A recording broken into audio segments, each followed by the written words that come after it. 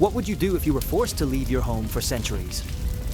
And what if your temple, the most sacred place for your people, was destroyed over and over again? This is the story of a people who, despite all the invasions, exiles, and losses, never stopped searching for their home. In the previous video, we saw the story of Abraham, of Joseph, of the captivity in Egypt, and of the liberation led by Moses. Today on Astrolab, we continue the journey of a people who made memory their greatest strength. And remember, there are many more videos like this one on our YouTube channel, so give us a like and subscribe to keep being part of our community. The Ancient Israelites, Part 2. After many years of wandering, the ancient Israelites finally returned to their land, and thus began a magnificent period for their civilization, the time of the kings of Israel. The Israelites needed to choose a king, so a wise man was picked to decide. His name was Samuel, and he decided that Saul should be the first king of Israel. The Israelites needed a strong king because they were under attack from a lot of people.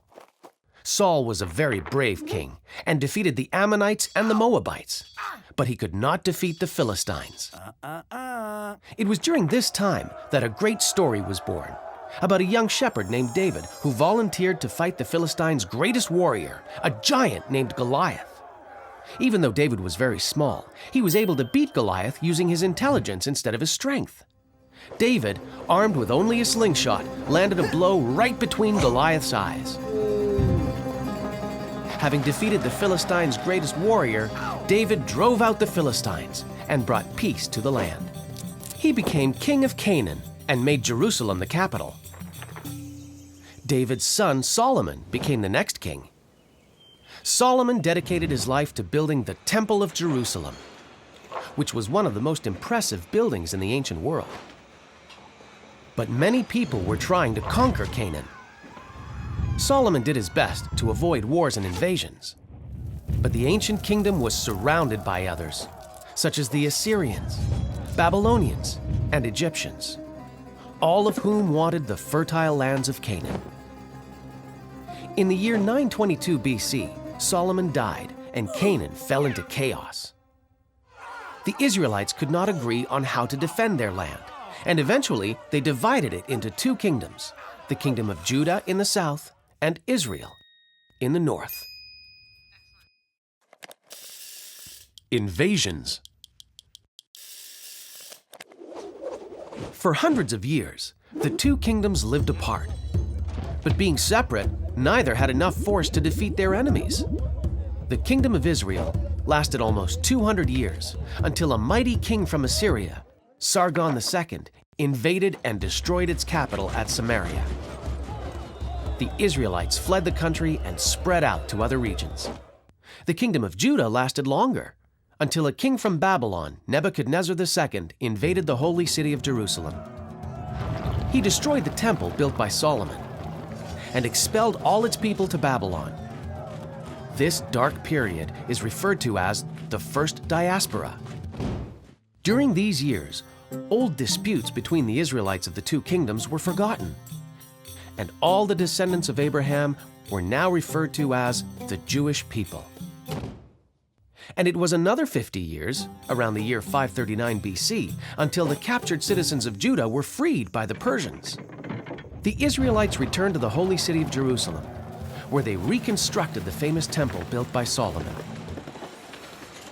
All the hardships they had overcome had made their convictions even stronger, and they gradually decided to isolate themselves from other nations. They wrote down many of the stories of their past and the holy mandates of their religion. They contained these stories and teachings in a book called the Torah.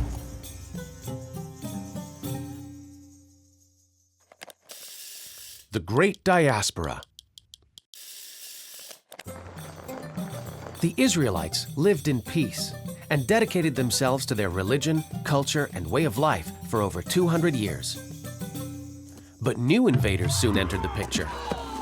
First, the Greeks, under the orders of Alexander the Great, and later the Romans, who conquered Canaan and brought it into their empire. Although they were generally a peaceful nation, the Israelites suffered under the Romans so much that they eventually rebelled. In the 1st century AD, they organized a revolt and fought against the Roman legions. Though they fought with persistence and courage as long as they could, the Roman army was very powerful, and after 2 years, the city of Jerusalem fell. The Emperor of Rome, Titus, ordered that the Temple of Solomon be destroyed a second time and burnt all Jerusalem. The few Israelites who survived fled the city and spread out across the world in search of another place to live. Once more, the Israelites were a people without a homeland. A large group of them headed towards the Iberian Peninsula, passing through North Africa, and here they started a new life. These people were called Sephardim, and they lived there for many years. But in the 15th century, they were expelled once again by the Catholic kings of Spain and Portugal, who viewed them as a threat to their beliefs. The Sephardim had to disperse yet again. Can an idea be stronger than an empire? What does it mean to be the chosen people, and how does a promise stay alive for more than 3,000 years? Let us know what you think about these questions in the comments, and remember you can join the channel to watch all our videos without limits.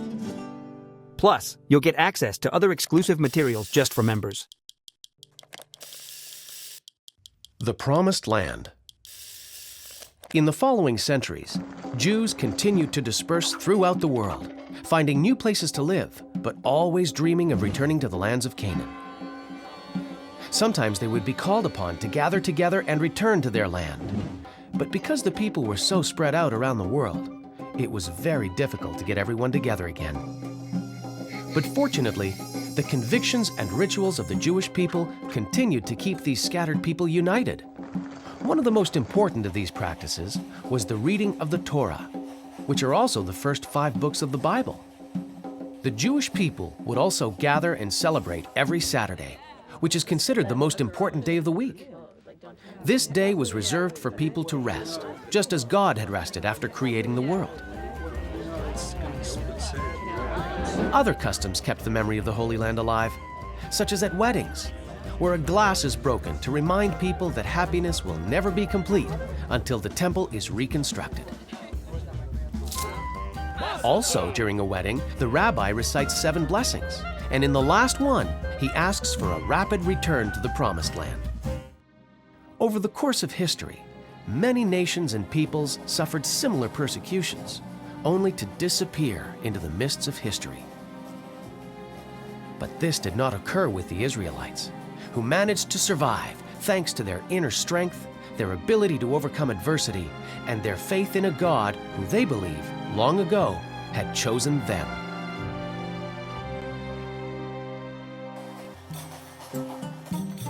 Let's dig a little deeper with our time compass and find out what else was going on around the world at that time. The word diaspora means dispersion, and from the time of their expulsion from Spain throughout the 15th century, the Israelites were forced to disperse through Central Europe and North Africa. 6 centuries earlier, between the years 700 and 900, in a faraway land located on the other side of a great ocean, another people also had to disperse, abandoning their cities, which were established in the midst of thick jungles. These were the Maya, and just like the Israelites, they had to wander in search of a new place to live. Many of them settled on the Yucatan Peninsula in Central America, where they created new cities such as Chichen Itza, Mayapan, and Uxmal. Were the Maya also expelled because they were conquered? Well, Pipo, nobody really knows why. But the difference is, the Israelites were expelled from their lands so that others could live there. But the Maya abandoned their cities without leaving anything or anybody behind. Was it an earthquake? An epidemic? Maybe constant wars? Maybe. Or perhaps a combination of all these things. Some historians think maybe the Maya ran out of food, or their climate changed. Others think it might have been civil wars. Whatever the reason, The splendor of the Maya civilization remained hidden in the jungle for many centuries, until only just a few years ago, when explorers and archaeologists discovered wonderful ruins of ancient cities like Tikal, Palenque, Edzna, and Yaxchilan.